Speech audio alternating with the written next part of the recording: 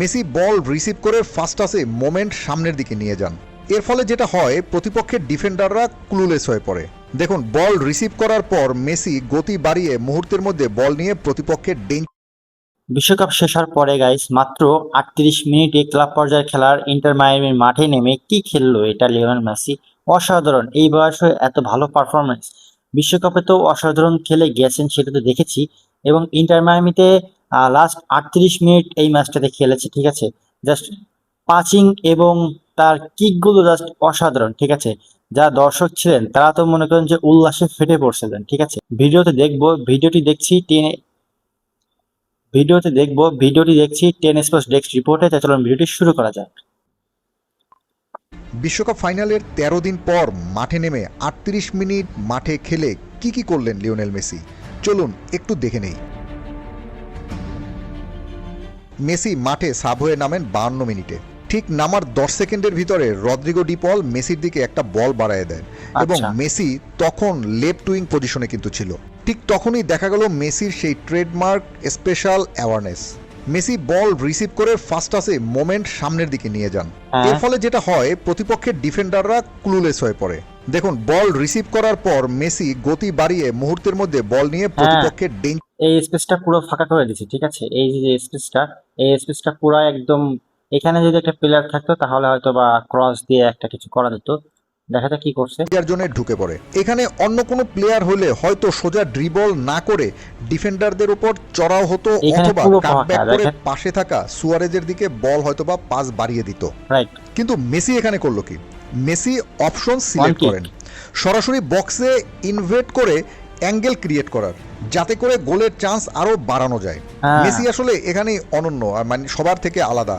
যদিও শটটা side netting এ লাগছিল, কিন্তু ফার্স্ট টাচেই যে স্পিড আর ভিশন মেসি দেখাইছে ভাই, তাতে গোলকিপার আর ডিফেন্ডারদের পজিশন পুরোপুরি ডিসঅর্গানাইজড হয়ে গেছিল। গোলটা হয় নাই, ঠিক আছে। যদি এইখানে একটা প্লেয়ার থাকতো তাহলে হয়তো বা এখান থেকে ক্রস করে দেন গোল কিকে একটা গোল হতে পারতো। কিন্তু মেসি আসলে চেষ্টা করছেন এইখানে, কিন্তু তার ক্রসটা আর কি, তার কিকটা বাড়ে একদম সাইড দেখেছে, ঠিক আছে। এবার আসেন ম্যাচের 55 মিনিটের সময়, যে সময়টায় দেখা গেল লুইস সুয়ারেজ আর মেসির সেই পুরানো কম্বিনেশন প্লে। সুয়ারেজ যখন বক্সের ভিতর হালকা করে চিপ করলেন, মেসি তখন ডিফেন্ডারদের চোখ এড়িয়ে স্পেস কিন্তু তৈরি করে ফেলেছেন। এরিয়াল বল যেভাবে মেসি রিসিভ করে নিয়ন্ত্রণে নিছে ভাই, একদম চোখের শান্তি ছিল। কলম্বাসের দুজন ভাই এখানে দুইটা প্লেয়ার রয়েছে, তার মাঝখানে মানে এত সুন্দরভাবে রিসিভ। ডিফেন্ডার কিন্তু তাকে মার্ক করে রাখার চেষ্টা করছিল, কিন্তু মেসি টাইট স্পেসের মধ্যে তার বডি ফেইন্ট এবং কুইক ফিট ওয়ার্ক অপোনেন্ট ডিফেন্সকে পুরো অসহায় বানিয়ে দিছিল। এটাই মেসি ভাই। গোল হয়েছে।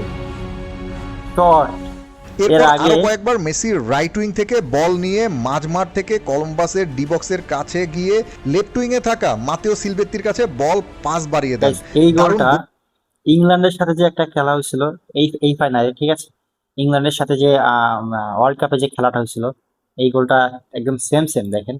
আর অপোনেন্ট ডিফেন্সকে পুরো অসহায় বানিয়ে দিছিল। এখান থেকে কি দিছে মেসি, কিন্তু ইংল্যান্ডের সাথে দ্বিতীয় যে গোলটা হয়েছিল, ঠিক আছে, এখান থেকে ডিরেক্ট কিক দিয়ে একদম টানা মারছিল, ঠিক আছে। তো ওটা গোল হয়েছিল, আর এইটাও সেম ক্যাটাগরি, ঠিক আছে। এরপর আরো কয়েকবার মেসি রাইট উইং থেকে বল নিয়ে মাঝমাঠ থেকে কলম্বাসের ডি বক্সের কাছে গিয়ে লেফট উইং এ থাকা মাতেও সিলভেত্তির কাছে বল পাস বাড়িয়ে দেন। দারুণ গোল করার সুযোগ ছিল, কিন্তু মাতেও 1-1 কিপারকে পেয়েও গোল দিতে পারেন নাই। ঠিক 70 মিনিটের এত সুন্দর একটা বল কি করলো, এটা রিসিভ করার দরকার কি ভাই? রিসিভ করছি, এত লং টাইম কেন রিসিভে যাবে? শর্ট টাইমে যাবে রিসিভটা, কাছাকাছি হবে। ওই সময় ঠিক একইভাবে রাইট সাইড থেকে আবার বল নিয়ে মেসি কলম্বাসের ডি বক্সে ঢুকে পড়েন। ঠিক ঢোকার আগে লেফট উইং এ সুয়ারেজের দিকে বল পাঠিয়ে দেন, কিন্তু সেখানে সুয়ারেজও আবার ব্যর্থ হয়। সুয়ারেজও বল এক্সিকিউট করতে পারে নাই। ওখানে যদি দুইটা গোল ইজি দুইটা গোল, কিন্তু তা লিওনেল মেসির পাস থেকে, ঠিক আছে, সে অ্যাসিস্ট হতো। তো এত সুন্দর দুইটা বল আমরা আরেকবার একটু দেখবো, ঠিক আছে। ঠিক ঢোকার আগে লেফট ওয়ান কিপারকে পেয়েও গোল দিতে পারেন নাই। ঠিক 70 মিনিটের কাছাকাছি হবে।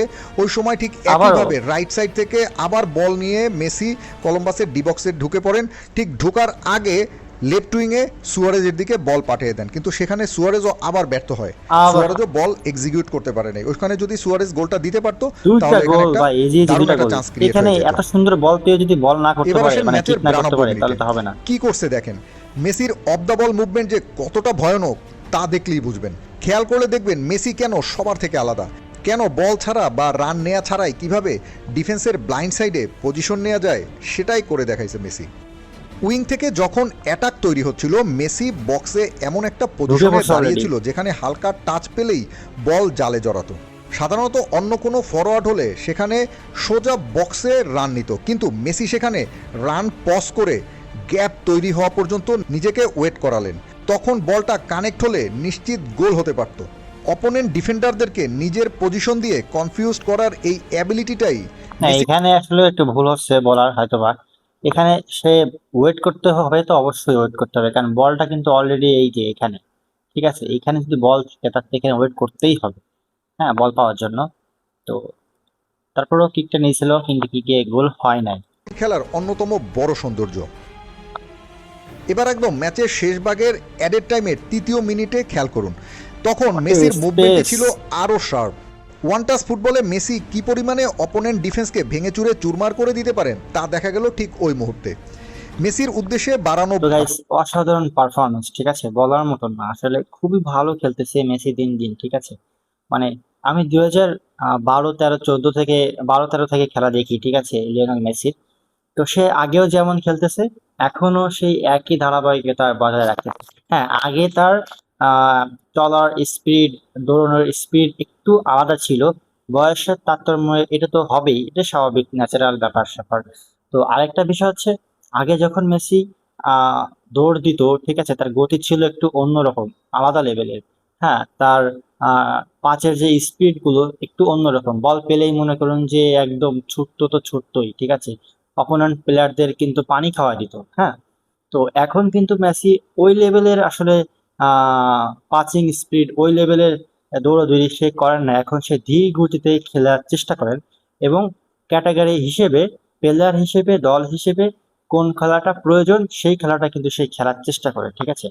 তো ইন্টার মায়ামিতে ফাইনাল খেলার শেষে লাস্ট 13 দিন পর সে ইন্টার মায়ামির মাঠে নামছে, ঠিক আছে। তো খুবই ভালো খেলছে, মাত্র 38 মিনিটে এতগুলো গোলের সুযোগ তৈরি করে দেওয়া, 3টা গোলের সুযোগ তৈরি করে দিয়েছে, একটা গোল করছে, ঠিক আছে, ঠিক আছে। আর 3টে গোল হলে 3টে অ্যাসিস্ট হইতো। তো 2টা গোল তো শিওর শিওর গোল মিস হয়েছে, ঠিক আছে, মিস করছে সোয়ারেস, একটা সোয়ারেস মিস করছে। হ্যাঁ, তো আর ইন্টার মায়ামি কিন্তু আস্তে আস্তে ধীরে ধীরে ভালো ভালো প্লেয়ার আনার চেষ্টা করেছে। অলরেডি ব্রাজিলের একটা ডিফেন্ড আনছে, ঠিক আছে। তো ইন্টার মায়ামি খুবই ভালো আস্তে আস্তে প্লেয়ার গুলো আগাচ্ছে প্লেয়ার আনার জন্য, ঠিক আছে। আর সকার লিগ গুলো যেসব ক্লাব পর্যায়ে খেলা আছে, সেসব ক্লাব পর্যায়ে আরো ভালো ভালো প্লেয়ার গুলো আনার চেষ্টা করছে, বিশেষ করে ইউরোপিয়ান প্লেয়ার গুলো, ল্যাটিন আমেরিকার প্লেয়ার গুলো আনার চেষ্টায় তারা আছে, ঠিক আছে। তো যাই হোক, তো লিওনেল মেসি তো মেসি, ঠিক আছে, সে আসলে ভালো দলনেতা এবং প্লেয়ার হিসেবে খুবই ভালো, ঠিক আছে। সে দল যখন পিছিয়ে যায় তখন সবাইকে মোটিভেশন করতে যে কথাগুলো বলার প্রয়োজন, একটা আকস্মিক শক্তির যে প্রয়োজন, সেটা সবাইকে দিতে থাকে, ঠিক আছে। এটা আমরা এই বিশ্বকাপে আমরা দেখতে পেয়েছি। তো যাই হোক, ভিডিওটা কেমন লাগলো, ভিডিওটা ভালো লাগলে অবশ্যই লাইক, কমেন্ট, শেয়ার করে পাশে থাকবেন। ধন্যবাদ সবাইকে, ভালো থাকেন, সুস্থ থাকেন।